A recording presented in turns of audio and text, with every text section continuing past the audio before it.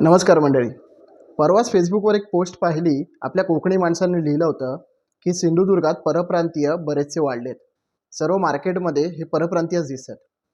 आचरा, मालवण, देवगड, कणकवली या बऱ्याचशा भागांमध्ये हे परप्रांतीय घुसलेत. बरं, एक सोपी गोष्ट तुम्हाला आता समजावून सांगतो. मार्केटची जी नीड असते, म्हणजे मार्केटची एखादी गरज असते किंवा जी पोकळी भरून काढतो आपण, तर ती पोकळी भरून काढल्यानंतर त्या गोष्टीचा होतो तो म्हणजे व्यवसाय. म्हणजे एखादी गोष्ट मार्केटमध्ये नाही आहे, ती गोष्ट जर तुम्ही मार्केटला दिलीत, लोकांना ती सेवा दिलीत, तर त्या सेवेचा तुम्ही व्यवसाय करू शकता. आणि हीच गोष्ट परप्रांतीय चांगले जाणतात.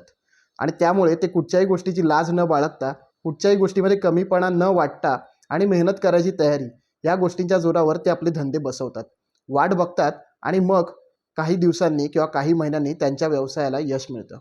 ह्याच गोष्टी आपण सुद्धा करू शकतो. आणि ह्यापैकी तुम्ही नक्की काय करताय हे आम्हाला कमेंटमध्ये वाचायला नक्कीच आवडेल.